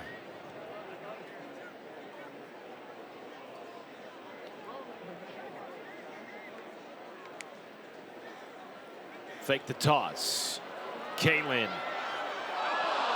That was almost an incredible play as he was falling to the turf, missing to Tylyric Coleman. That was an incredible effort there by Daniel Kaelin. He escapes the pocket, steps up, is going down, and just somehow at the last moment, the pressure there was Jordan McDonald, 12, but finds Coleman, and that frankly probably should have been caught. Joe Burrow-esque. Yeah, it was. By Kaelin. It was. 24-yard field goal attempt here for Will Bettridge, the third-year starter for Virginia. And he knocks it right through. 52-7, Virginia. I was a high school math teacher for 4 years. Okay, I need more details on that. Was it algebra? Was it calculus? You get a little bit of everything in high school math. We can do algebra, calculus, geometry, trigonometry. I can quiz you right now if you need me to. Well, please do. Please, not me, but Matt. You just brought up the IQ of this crew by a substantial amount, Ashley, because Dustin and I were not the best math scholars. No. In fact, I was taking remedial math at Ohio State. I just had really great math teachers. Actually, if you want the truth here, my uncle, Dave, was my math teacher. So I actually come from a family of educators. So all in the family. My late uncle Wayne was a history teacher as well. So I had to do my family justice to at least be a part of the school system for a little bit. Also coached JV basketball and track. Well, you can do it all. Jack of all trades. How much longer is Mom teaching? Well, at this point, she's got to make it to 50. That's what right? I'm thinking. We're letting her know right now. We expect the big 5-0, so she can't quit just yet. Absolutely. That's no incredible. more retirement presents, though. I had to stop a few years ago. That's such a great story. Thanks, guys. Man, almost 50 years teaching. Yeah, man, that is dedication to our youth. No doubt. 2nd and 10 here for William and Mary. It is Hughes back into the game. I beg your pardon, Brannick, their backup, remains on the field and makes it 3rd and short.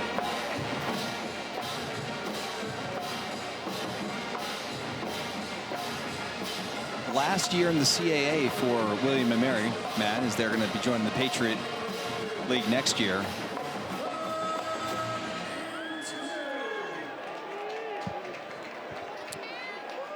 Villanova also leaving the CAA to join the Patriot League, a highly competitive FCS conference. 3rd and 2. Carey is stuffed 1 yard short. Boy, this Virginia defense on 3rd down has been something special all season, regardless of the opponent. We saw it last week against NC State, and now they force another punt.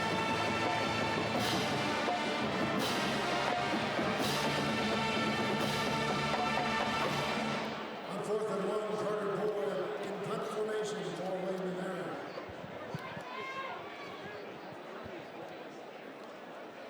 Eighth punt of the game for the Tribe. It is Jaden Thomas, the Notre Dame transfer, slipping out of a tackle, and 3 flags on the ground after that return. There are penalty markers on the field.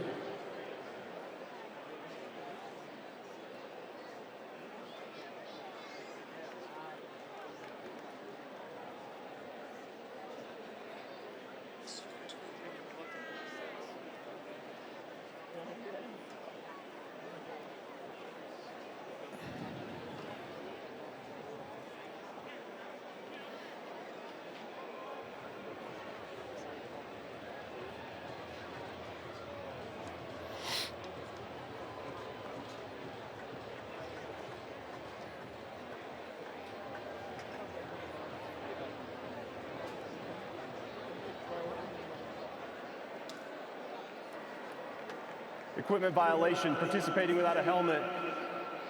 Kicking team, number 14. Also, during the return, holding receiving team, number 34. Those penalties offset. Replay 4th down. Someone's being a tough guy. I'm kidding. Participation without a helmet, Matt. I'm not tough enough for that. Not in today's era. No. Once that helmet comes off, you gotta stop playing. And he got back involved, at least tried to get back involved. That seems to be a little bit ticky-tack there late. But letter of the law, it is a foul. So we'll re-kick it here.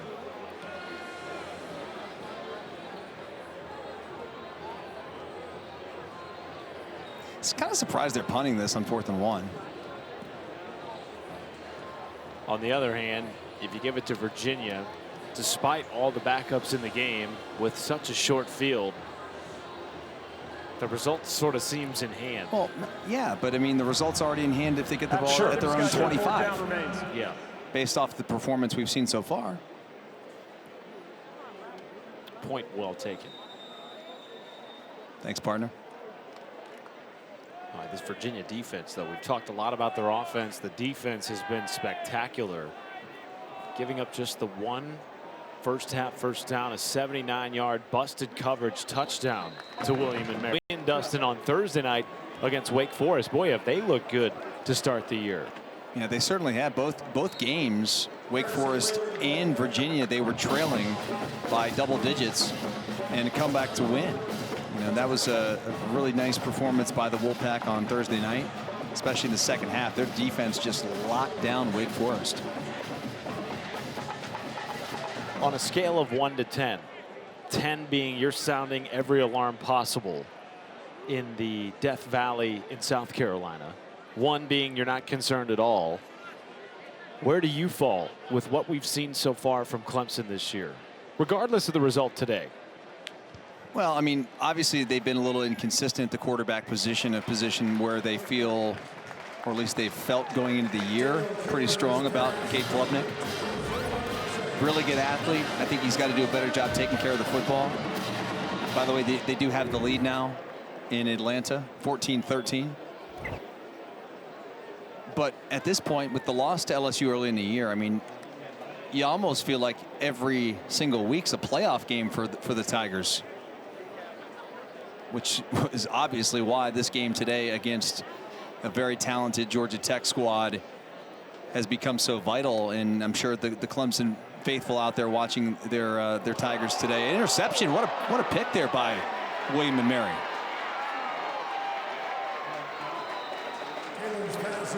Trayvon Cannon, the true freshman, with the interception, and now William and Mary's defense has a turnover in 13 straight games dating back to the end of last season. And this one just airmailed a little bit, or tipped, and then right in the hands. Stephon Hicks, the one who gets the fingertip on the football. Well, you make a great point, Dustin, about every week feeling playoff-esque for Clemson the rest of the way. And when you look at their schedule, it's quite favorable for the Tigers in terms of level of competition. They do have that potential top 20 matchup looming November 8th with Florida State. And then, of course, South Carolina at the end of the year. And South Carolina's got a big one today on the road at Vanderbilt. But you could look at that one of two ways. On the one hand, there's only a couple ranked matchups left, so you feel good about your chances if you're a Clemson fan. On the other hand, you can ill afford to lose one of those games, right, if you're a Tigers fan? No question. And listen, that is sort of, why you've got to win those early games. They had the early kickoff against LSU August 30th. They fall short 17-10 in that ball game, tight ball game against the Tigers. And then you go take care of business at Troy. But now you got this game today, which is so tricky against Georgia Tech. I love what's been going on there in Atlanta with the Yellow Jackets. What a catch on a deep pass by Noah Brannick, connecting with Alfred Honesty. You ain't lying. 38 yards with 2 defenders draped all over him. You can get my pun. I did.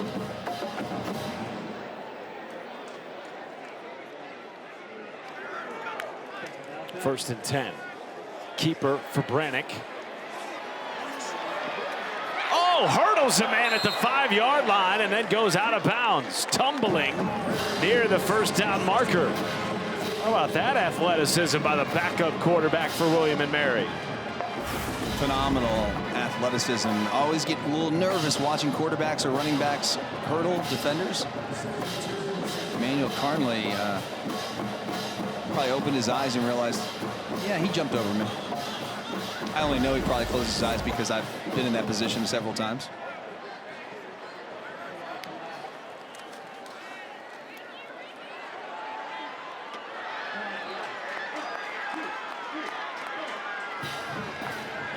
Matt, that end of the year matchup with Clemson at South Carolina. Massive. Massive. And that's one of those that you got to think that, let's play hypothetical here and say Georgia Tech wins today. Then if you're Clemson, you 1,000% have to win out. Yeah. And then you have to be impressive and win that South Carolina game the final week of the season to then put that performance in the minds of the committee. Brannick dancing away from trouble. Now across the formation, has a clear lane to the end zone. Noah Brannick, dazzling with his athleticism on this drive, puts in the second score of the game for the Tribe.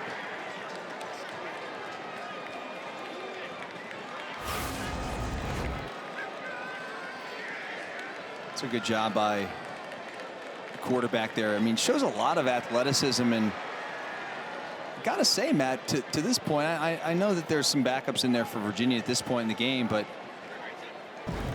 the offense looks to be a little bit more efficient with him in there running the show. First career touchdown for the sophomore from Forest Hill, Maryland. I promise you this much. I mean, he's never thrown a college pass coming into this game. Correct. You better believe that Mike London and Winston October, the offensive coordinator there for William & Mary, are going to be looking at this tape saying, boy, that kid's got something. And not to, you know, go too into the weeds here with this, but, you know, wide open touchdown dropped. He put that on the board. You're at 21. And because of that dropped touchdown, the ensuing play, the very next play went 97 yards. For a touchdown, which was a 14-point swing. My point in saying it's 52-14. This game's been played within about 21 points. Sure. Especially here in the second half. But again, William & Mary, they're not playing against the starters, and of course Virginia, they could have left Chandler Morris in the game. All these things could have been different. I'm just saying I've been impressed with this young man at the quarterback position for the Tribe. Well, and it's an audition, right? Essentially, because their first two games of the year were incredibly close. 2-point loss to Furman in the opener, and then a 1-point come from behind win against Maine last week. So there hasn't been much opportunity for Brannick to play. Ball bounces, fielded by Courtney. He's got a seam. Kameron Courtney, one man to beat. Oh, and he's tackled at the 50. By a shoestring. That was a really good tackle there by Brendan Robinson, the sophomore defensive back for William & Mary.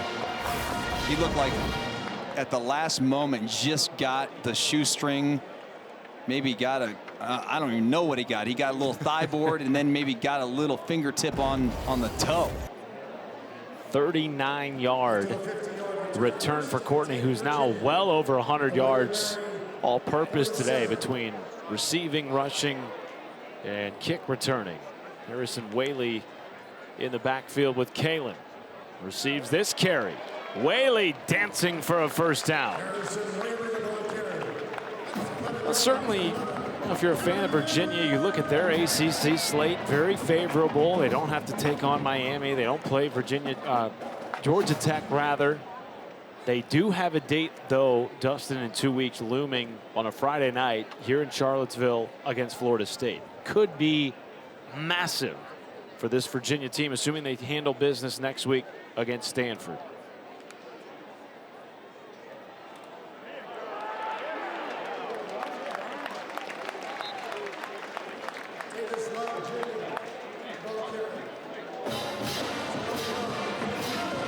Well, obviously, Stanford is coming to town next week, followed by Florida State on a Friday. You got to think, man, if you're Virginia, what if you could somehow get to the bye week 5-1 with a top 10 with a top 10 win? And look, it's going to be a challenge to beat the Seminoles. I'm really impressed with what they've got going down there right now, especially this year. But if they're 5-1 going to that bye week with wins over Louisville, wins over Stanford, and a top 10 win, as you said, Matt, against the Seminoles, I think people would be talking about the Cavaliers being the surprise team in the ACC. Particularly given where they were picked to finish. Correct. 14th in the preseason poll. Well, last year, 5 wins, most in Elliott's tenure. There's a couple of those that felt like could have overlapped for a season. Buffalo Bills head coach, boy, they had a big win week 1, didn't they? They did. Funnily enough, I have connections to all 3 of those gentlemen. Marv Levy was my GM when I was in Buffalo. Mike Tomlin coached me in Minnesota, and Sean McDermott was my secondary coach when I was in Philadelphia. A lot of William and Mary grads Yeah. coaching in the NFL, not necessarily as head coaches like McDermott and Tomlin, but on staffs. Brian Dable, of course. Dan Quinn. Yep.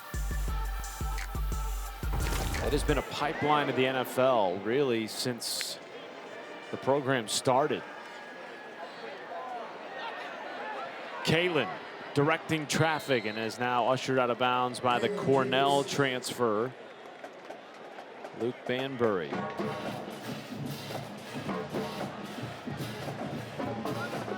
It was interesting, too, in chatting with Mike London, the head coach of William and Mary. He has such a great relationship and a fondness for Sean McDermott, Mike Tomlin, open line of communication. Even during the season, he said, those guys mentoring him, checking in on the program. It's a real brotherhood in Williamsburg, Virginia. Well, when you come from a smaller school and you make it to the highest level of your sport, there is certainly, as you mentioned, a fraternity there among the coaches that definitely want to share the wealth of knowledge that they have and they've gained along the way.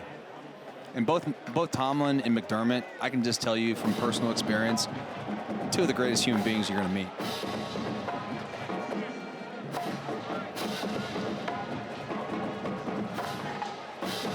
Well, Luke Banbury certainly hoping he can go to the NFL. Ashley, don't you think?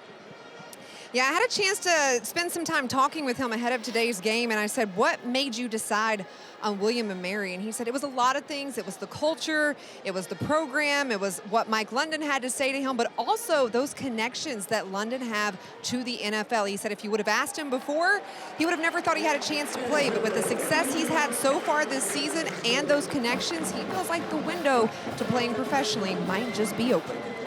Well, he's top 5 in the FCS already through 3 weeks in tackles. And given the fact that NFL scouts know about William and Mary, look, they've had 75 NFL draft picks. A former left tackle is now starting for the Raiders this year. There is reason for scouts to come to Williamsburg, Virginia, and see somebody like Luke Banbury, who's trying to make a childhood dream come true in his final season of college football. Well, I've been so impressed with this young man and his performance today and everything he's been able to do from a standpoint of just being around the football. You know, sometimes that's just half the battle, like having a nose and a knack to be able to just get around the ball. Banbury's got that ability, and certainly there's a place for him, you know, to make it to the National Football League, at least to get into a camp. And you know, I played with a bunch of dudes like him from smaller schools that maybe didn't run the fastest or jump the highest or didn't play at the highest level, but man, they're just war daddies, right? And they get the opportunity and make the most of it. Well, he certainly wants a spot in the NFL in the future. Today, he's getting a spot in Dustin Fox's foxhole. I mean, I've been saying it all game. I mean, that's a guy that I would put in the foxhole with me, and he's going to get the prestigious award today, Matt, of being in the foxhole. 9 tackles today, 16 a week ago. I mean, the guy, I don't know. I mean, if you're unsure who's in on the tackle, just say number 4. You know what I mean? That's You'll a guy. probably be right. You can win with 11 players like him. No question.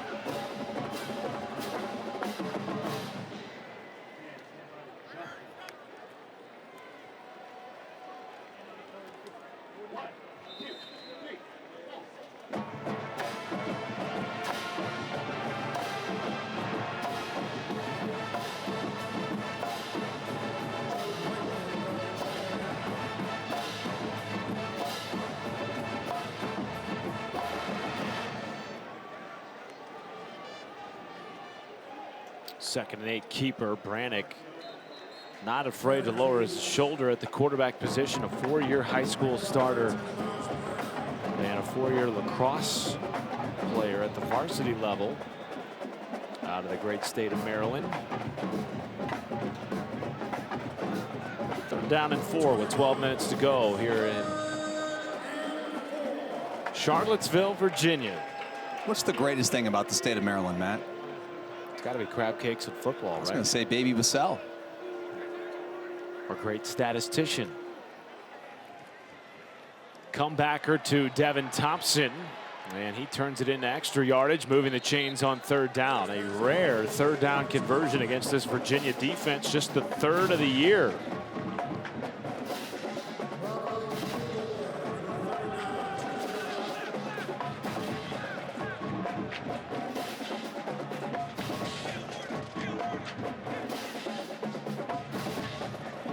Nice stretch of games here for Virginia at home. Of course, today and then next week against Stanford. And as we discussed at the end of the third quarter, a big one looming a couple of weeks from now, a Friday night tilt against Florida State, currently a top 10 team in the polls. Certainly impressed.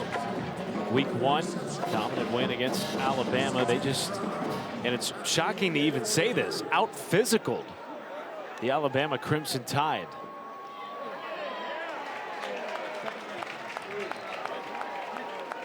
Is it too early, Dustin, to say that Florida State is back from an abysmal season a year ago? Injury timeout on the field. Are they back? We'll get to that in a moment. I'll get to think about it. Injury timeout. We'll be right back after this.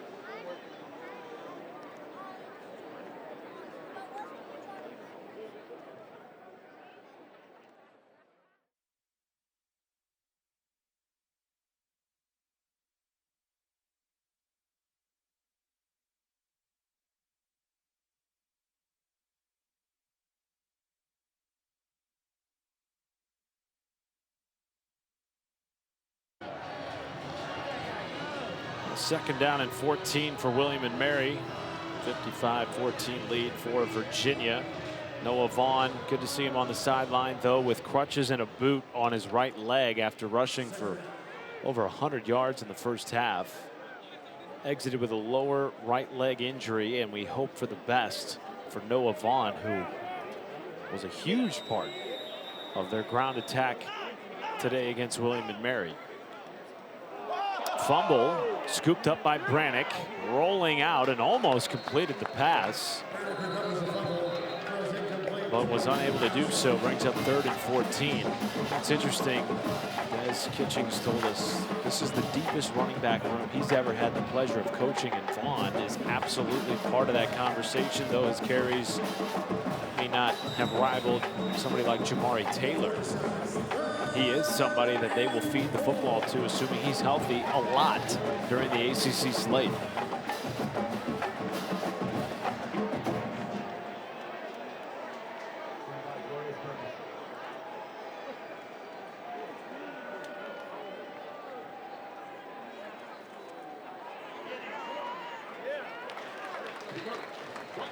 So we went to break talking about Florida State, and I asked you, after seeing them take down Alabama in the way they did, Dustin, in week 1, are they back? And you think? I would say that it's way too early to tell, because that was a week 1 game where it just appeared like nothing went in favor of the Crimson Tide, and they hit a bit of a buzzsaw against the Seminoles. Now, since then, Florida State played a non-competitive matchup against East Texas A&M, 77-3, and they're on a bye today, followed by Kent State next weekend, and then followed by coming here to Scott Stadium, which will really be their next test. So exactly right. The test is going to be in a few weeks for both teams. Yes. However, I would say that most fans are, listen, if you're a fan of college football and have been for a long time, obviously you have your allegiance to your programs, your schools, where you went, where you're a fan of whatever. But I think it's good for college football that Florida State is good again. So regardless of if they're back, that we'll determine all that at the end of the season. And next year, are they back? They won a heck of a game week 1, I'll tell you that much. By the way, 3rd string freshman quarterback Cole Gear now into the game for Virginia, replacing Daniel Kalen. First action of the year for Gear out of Griswold, Connecticut. On the sweep to Abdullah.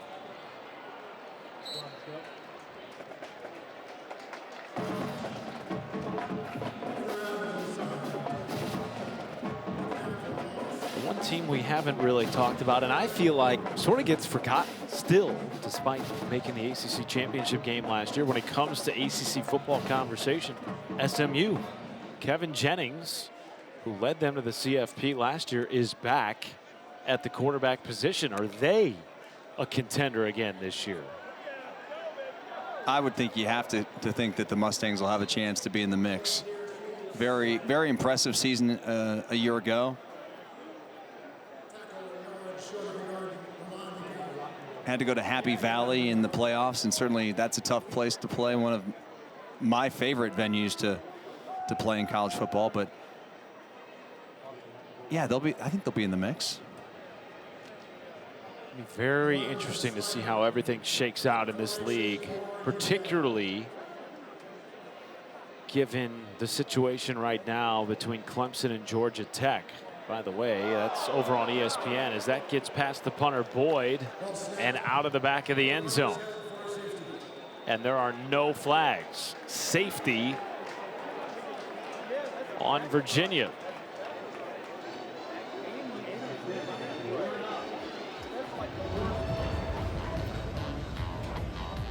In week 2.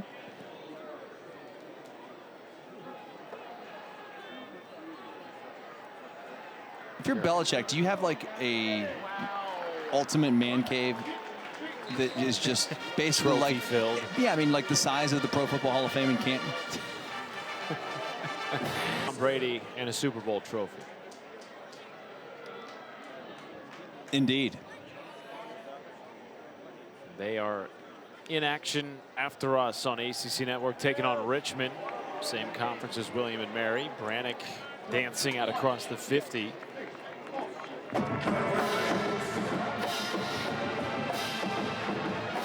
Meanwhile, Georgia Tech with a touchdown lead in the 4th.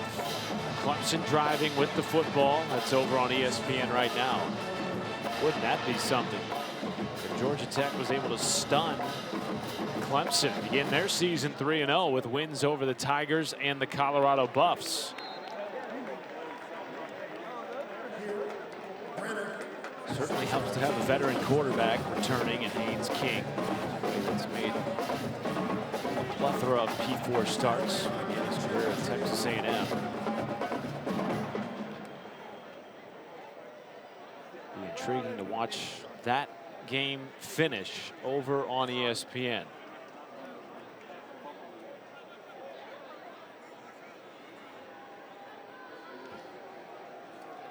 Third and 3. And it's in the dirt, incomplete.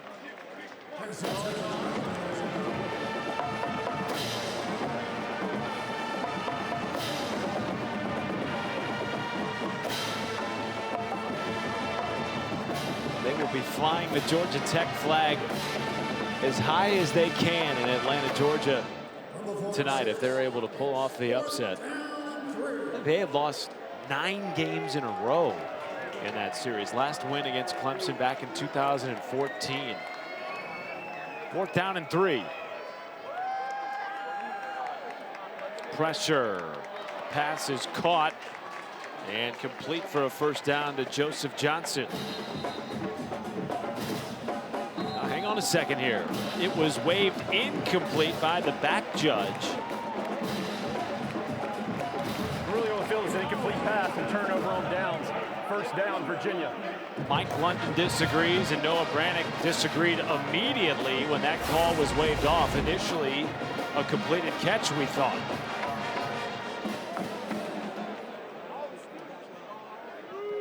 We'll see if they review it when we come back from break. All Virginia.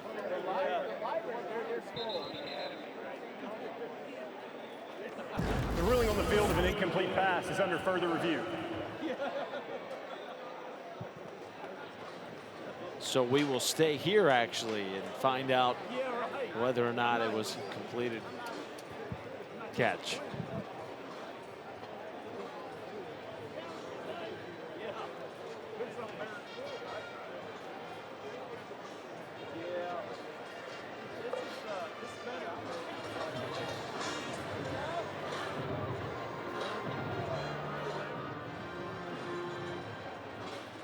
All good, man.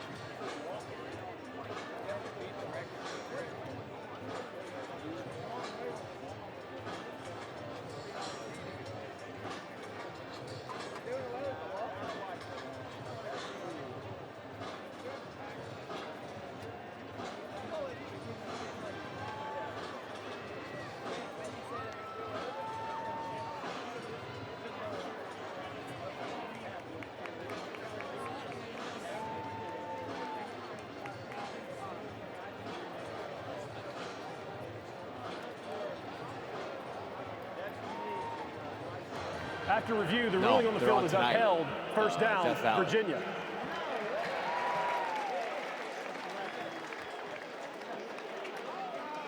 Oh.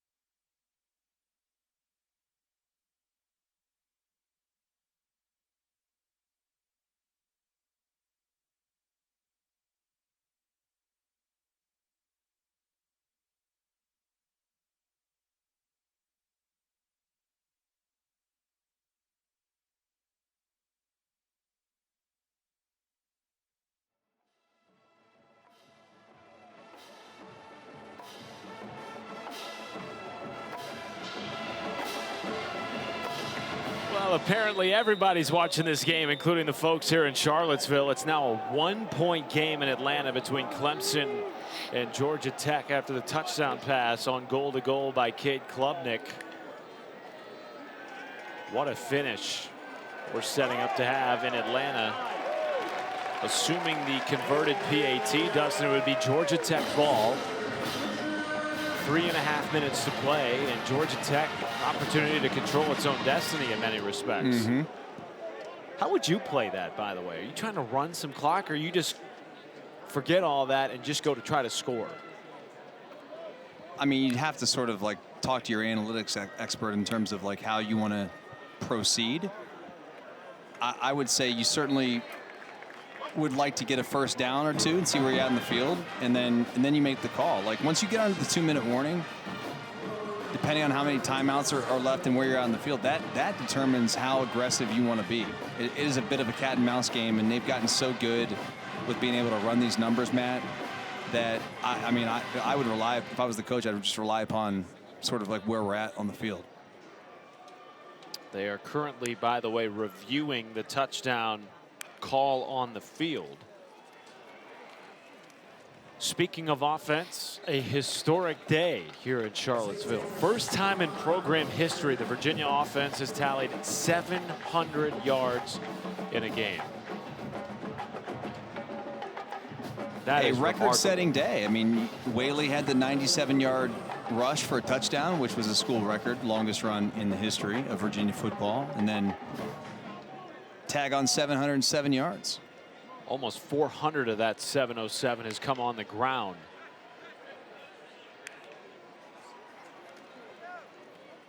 Gear completed catch to Dylan Newton-Short, the true freshman.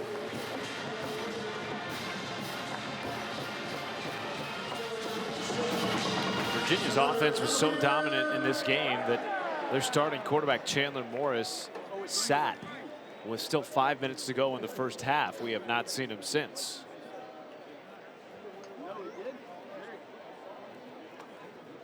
And Now the Cavaliers, of course, will turn their attention to Stanford, who is in action later on tonight right here on the ACC network. 10:30 Eastern kick against Boston College. Davis on the carry. Nice pickup for Zay Davis.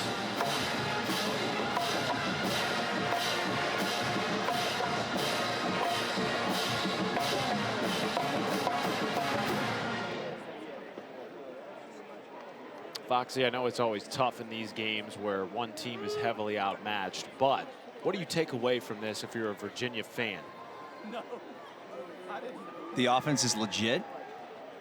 I think the offense back-to-back weeks has shown that they can play with anybody. And look, I know this is, competition down and that whole thing, but when you combine it with the performance a week ago against a legitimate team in this conference, I think you're saying, all right, we have a standard now for the season with Chandler Morris at quarterback, and with our ability to run the football, they can be as balanced as they want to be. They can go at a pace that as fast as they would like to go or slow as they would like to go, and put points on the board. I'm sure fans out there who have watched this team for decades or even just the last 5 to 10 years have said, man, this is a breath of fresh air. It's kind of fun to watch like some real football, real offense that's just, explosive plays, putting points on the board. It's a fun brand of football, I'll tell you that much. Certainly. And when you look at their offense last year, it was lackluster. They were second to last in scoring in the ACC. They were bottom 4 in total offense. They dealt with the turnover bug in a season that started 4-1 before losing 5 of their last 7 games. There is real hope this year with all the weapons and, of course, the man behind center, Chandler Morris, given all he was able to do last year at North Texas and throughout his career. And, they didn't play that well last week against South Alabama, talking about Tulane. And this is, you're talking about Duke. They've got to go into NOLA and face a very talented team. And Retzloff is, we saw him week 1. I think this kid can play. We know he can play, but it's going to be a really good game tonight. I think it's a coin flip matchup.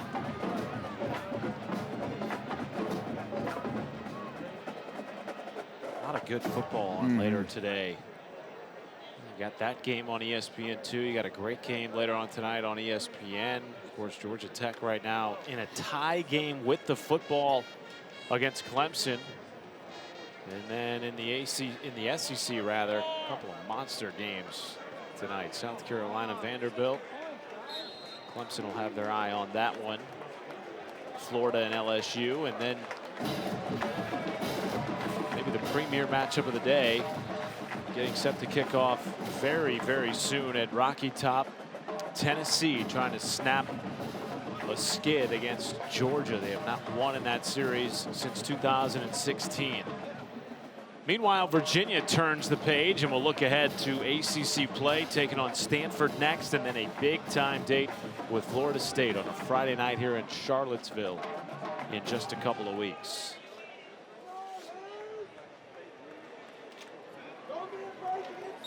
Should be a fun matchup of 2 veteran transfer quarterbacks and 2 offenses that look a whole lot different than they did a season ago. Historic day for Virginia's offense. Over 700 yards for Chandler Morris and company. First time in program history.